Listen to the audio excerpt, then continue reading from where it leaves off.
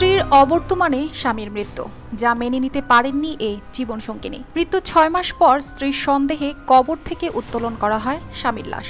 এ যেন চরম ভালোবাসার নজির। স্বামী জাহিদুল ইসলামের মৃত্যু সবাই সহজভাবে মেনে নিতে পারলেও মেনে নিতে পারেননি সহধর্মিণী ফারজানা খাতুন। সন্দেহ তার স্বামীর হয়নি কোনো স্বাভাবিক মৃত্যু, হয়েছে অপমৃত্যু।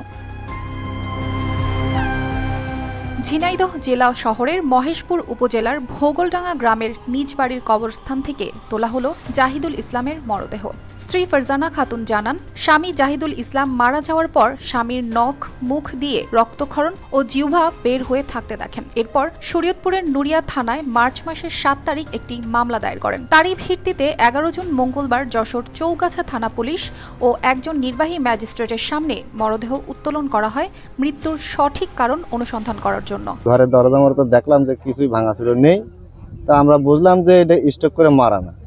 আমরা অনেক দূর, এই জায়গাতে ২২০ কিলোমিটার, তা আমরা ওই জায়গায় যে কিছু করতে পারবো না বিলে আমরা লাশ মাটি দিয়ে দিলাম। তারপরে আমার ভাইয়ের বউ রেকর্ডিং পেয়েছে, বিভিন্ন ধরনের রেকর্ডিং পেয়ে কোর্টে মামলা করেছে। কোর্টে মামলা করার পরে কোর্টের নির্দেশ হয়েছে যে লাশ পোস্টমর্টম করতে হবে। ৩ সন্তানের জনক জাহিদুল ইসলাম স্ত্রী ও ২ সন্তান নিয়ে থাকতেন শ্বশুর বাড়ি। হঠাৎ চলতি বছরের ২৫ জানুয়ারি হৃদযন্ত্রের ক্রিয়া বন্ধ হয়ে মারা গেছেন। ওই দিন জাহিদুল ইসলামের স্ত্রী ফারজানা খাতুন বাড়িতে ছিলেন না। বাড়িতে ফিরলে প্রতিবেশীদের মাধ্যমে জানতে পারেন তার স্বামী হৃদযন্ত্রের ক্রিয়া বন্ধ হয়ে মারা গেছেন। ব্যাপারটি তিনি কোনোভাবেই মানতে পারেননি। যে লোক মারছে তা তো খুব ঘনিষ্ঠ লোক ছিল, ওই অত ডাকছে, বাসায় কেউ ছিল না, বাসার সবাই গেছিল রংপুর বেড়াইতে গেছিল, ওই সুযোগে একাই ছিল, ওই সুযোগে আয়া মারছে। মৃত জাহিদুল ইসলাম ভোগলডাঙ্গা গ্রামের আয়ুব হোসেনের ছেলে। জানা গেছে, পরে নুরিয়া থানা আদালতের আদেশ নিয়ে ১১ জুন মঙ্গলবার মহেশপুর উপজেলার ভোগলডাঙ্গা গ্রাম থেকে জাহিদুল ইসলামের মরদেহ ময়নাতদন্তের জন্য কবর থেকে উত্তোলন করেন। এ ঘটনায় সন্দেহভাজন একজনকে আটক করেছে নুরিয়া থানা পুলিশ। চাচাতো ভাই মোহাম্মদ আলী বলেন, মৃত্যুর দিন তাদের পাশের বাড়িতে বিয়ের অনুষ্ঠান ছিল, তখন বাড়িতে কেউ ছিলেন না। এর মাঝেই ঘটে এই ঘটনা। পাশেই সেদিন ইয়া ছিল, ওই এলাকায় আবার অনুষ্ঠান হয়, আপনার ওই যে গানের অনুষ্ঠান হয় ওইদিকে। ফারজানা খাতুন বলেন, স্বামী জাহিদুল ইসলামকে মেরে ফেলেছে ইসমাইল নামের এক প্রতিবেশী। তিনি এ ব্যাপারে কথা বলতে চাইলেও স্থানীয় মানুষজন এ ব্যাপারে কথা বলতে নিষেধ করেন। এই ইসমাইল আমার স্বামীকে হত্যা করেছে, তারপর বলে তোমরা কি শিওর? আমরা কি হ্যাঁ, আমার স্বামীকে হত্যা করেছে।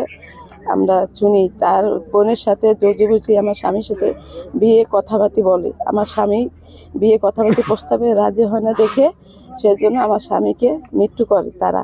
হত্যার প্রকৃত কারণ উদ্ঘাটনে আদালতের রায় নিয়ে মরদেহ উত্তোলন করা হয়েছে। এর মাঝে সন্দেহভাজন একজনকে আটক করা হয়েছে। ওরা মামলা করার আগেই লাশটা এখানে দাফন করছিল জানুয়ারি মাসে।